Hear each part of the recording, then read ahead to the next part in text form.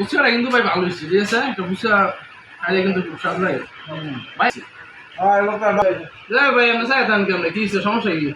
ভাই মানুষ টাকা পয়সা নাই কাস্টমার করি না আসে নাই আমার ফুচকা একবার মন চাইছিল আমার তো আমার টাকা পয়সা নাই দিলে ফুচকা আমার মন চাইতো তো আপনি আত্মই